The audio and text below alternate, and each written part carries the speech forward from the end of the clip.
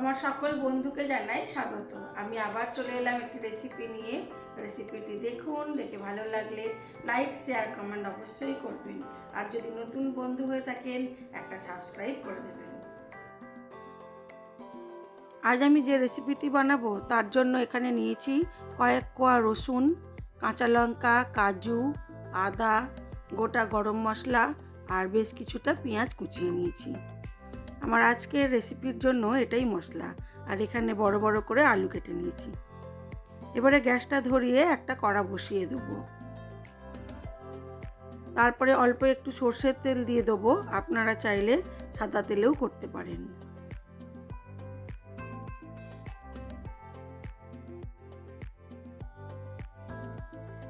আজ আমি কি বানাচ্ছি সেটা শেষ পর্যন্ত দেখুন, দেখলেই বুঝতে পারবেন।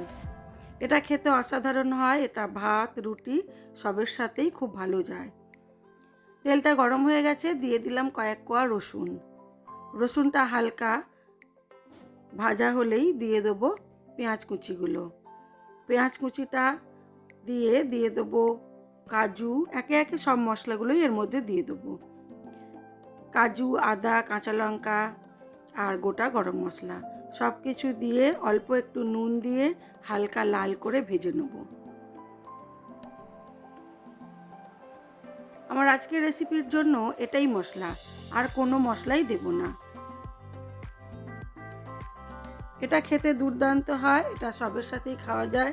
এটা খেতেও খুব ভালো হয় এবং পেঁয়াজটা বাদ দিয়ে দিলে এটা নিরামিষ দিনেও খুব ভালো খেতে লাগে।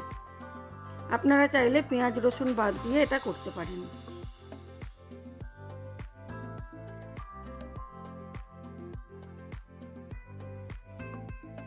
দিয়ে দিলাম কাঁচা লঙ্কা, দিয়ে দিলাম আদা আর কাজুটাও। সব কিছু এইবারে হালকা লাল করে ভেজে এটাকে ঠান্ডা করে তারপরে মিক্সিতে বেটে নেব।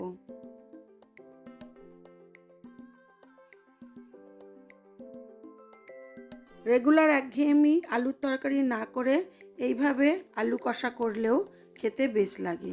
এটা দুর্দান্ত স্বাদের হয়। সব মশলাটাই আমার ভাজা হয়ে গেছে। এবার এটাকে আমি ঠান্ডা হতে দেব।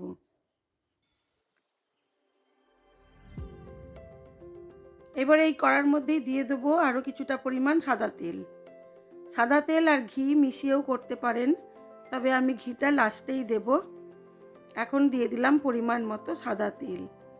এবারে আলুগুলোকে ভেজে নেব। দিয়ে দিলাম পরিমাণ মতো নুন। আলুর মধ্যে নুন মাখাইনি, তেলের মধ্যেই দিয়ে দিলাম নুন। এবারে আলুগুলো দিয়ে দেবো, দিয়ে অল্প একটু হলুদ দেবো। হলুদ না দিলেও হবে। এবারে আলুগুলোকে ঢাকা চাপা দিয়ে লাল করে ভেজে তুলে নেব।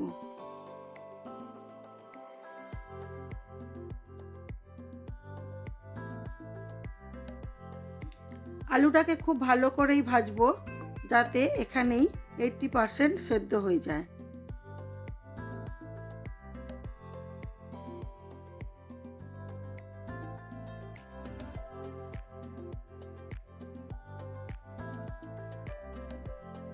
নিয়ম রক্ষার জন্য অল্প একটু হলুদ দিলাম, তবে হলুদটা না দিলেই ভালো হবে। এবারে এটাকে ঢাকা চাপা খুলে খুলে মাঝে মাঝেই নাড়াচাড়া করে নিতে হবে। অল্প তেলেই আমি করব এটা। এবারে আঁচটাকে কমিয়ে দিয়ে ঢাকা চাপা দিয়ে আলুটা ভাজা হতে দিয়ে আমি মশলাটাকে বেটে নেব। আমি এটা মিক্সিতেই বাটবো, আপনারা চাইলে শিলনোড়াতেও বাটতে পারেন। মশলাটা কিন্তু খুবই মিহি হতে হবে, গোটা গোটা থাকলে হবে না। আলুটা আমার প্রায় ভাজা হয়েই এসেছে। এবারে আমি এগুলোকে তুলে নেব।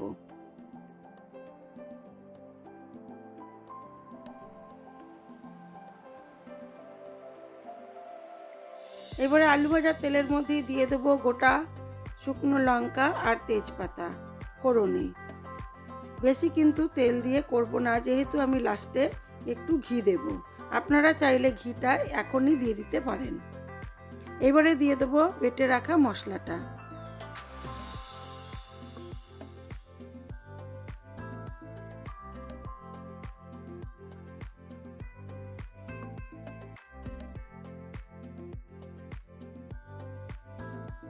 বেটে রাখা মশলাটা দিয়ে খুব ভালো করে কষাতে হবে যতক্ষণ না পর্যন্ত তেল ছাড়ছে।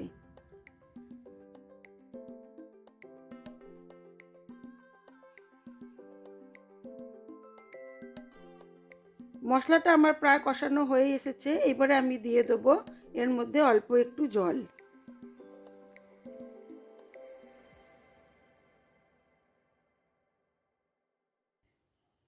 এটা কিন্তু খুব বেশি ঝোল হবে না, একটু বসা বসাই হবে। যেহেতু আমার আলুটা 80% সেদ্ধ আছে, সেই জন্য আমি জলটা কমই দেব।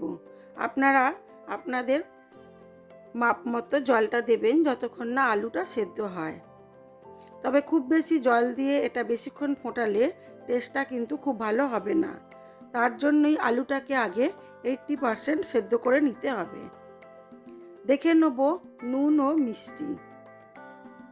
স্বাদ অনুযায়ী নুন ও মিষ্টি দিতে হবে।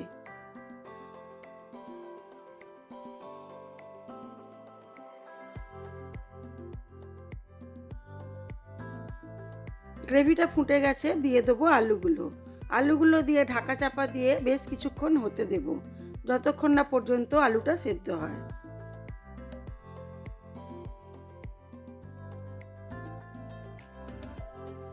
হয়ে গেছে আমার আলুর দমটা। আমি এইবারে এটাতে পরিমাণ মতো ঘি দিয়ে দেবো, দিয়ে এটাকে সার্ভ করে দেবো। তারপরে দেখাই চলুন আমার আজকের লাঞ্চ মেনুতে কি কি ছিল।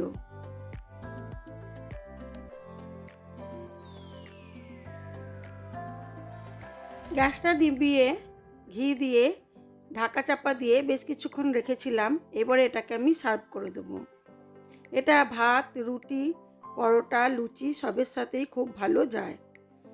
এবারে দেখাই চলুন আমার আজকের লাঞ্চ মেনুতে কি কি ছিল। আমার আজকের আলুর দমটা খেতে অসাধারণ হয়েছিল, খুবই টেস্টি হয় এটা। যারা মাছ মাংস পছন্দ করে না তারা শুধু এই আলু কষা দিয়েই ভাত, রুটি, মুড়ি সবই খেয়ে নিতে পারবে। এক পদেই বাজিমাত যাকে বলে। আমার আজকের লাঞ্চ মেনুতে ছিল সাদা ভাত, ছিল লেবু লঙ্কা, ছিল বেগুন ভাজা, আর ছিল পাঁচমিশালি সবজি দিয়ে কচু দিয়ে একটা ঘন্ট, এটাও ছিল নিরামিষ। পেঁপে দিয়ে মুসুর ডাল পেঁয়াজ লঙ্কা দিয়ে সাঁতলানো ছিল, আর ছিল ভোলা মাছের ঝাল, আর ছিল আলু কষা। আজ এইটুকুই। আমার এই ভিডিওগুলি আপনাদের কেমন লাগে অবশ্যই জানাবেন। ভালো লেগে থাকলে লাইক, শেয়ার, কমেন্ট করবেন। সবাই ভালো থাকবেন, সুস্থ থাকবেন, নিজেদের খেয়াল রাখবেন। আজ এই পর্যন্তই। সবাই ভালো থাকবেন, সুস্থ থাকবেন, নিজেদের খেয়াল রাখবেন।